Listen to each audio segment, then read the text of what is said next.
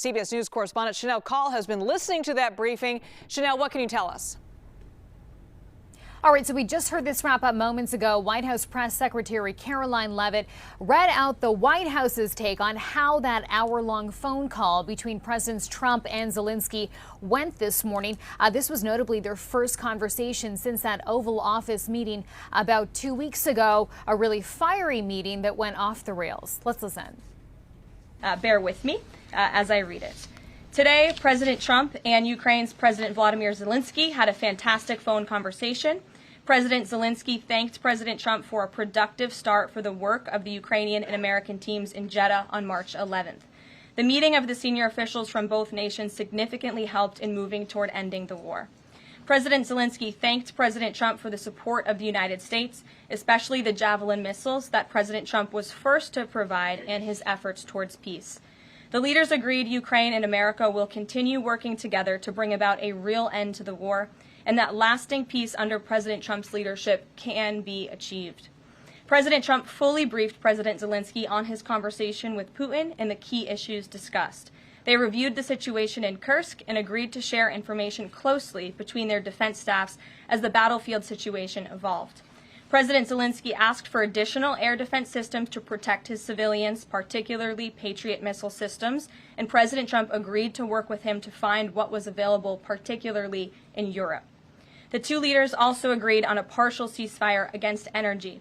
Technical teams will meet in Saudi Arabia in the coming days to discuss broadening the ceasefire to the Black Sea on the way to a full ceasefire.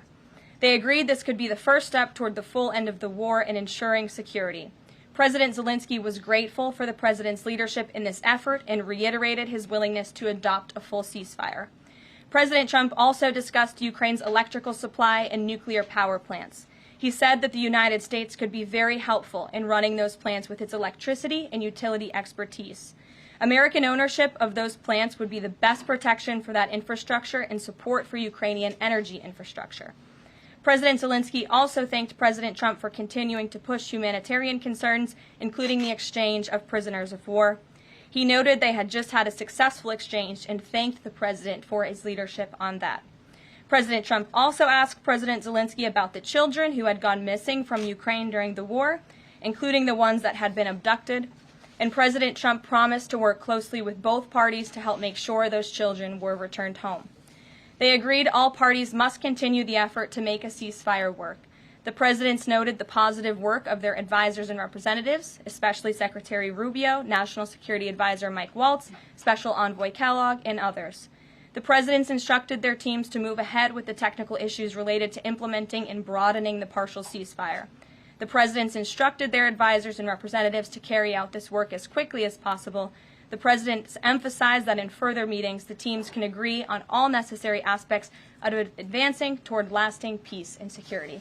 That is a lengthy statement that was just given to me, so thanks for bearing with me. Our office will, of course, provide this after. And as you know, as I just pointed out in the statement, the president's team of negotiators and national security experts will be heading to Saudi again later this week to continue working on and ironing out the details. But I would just like to emphasize we have never been this close to peace, and it's only because of President Trump that we are here. I think a couple of years ago, as you all reported on the war, it was incomprehensible to have a partial ceasefire in this conflict. And today that is true because of the leadership of this president. Mary.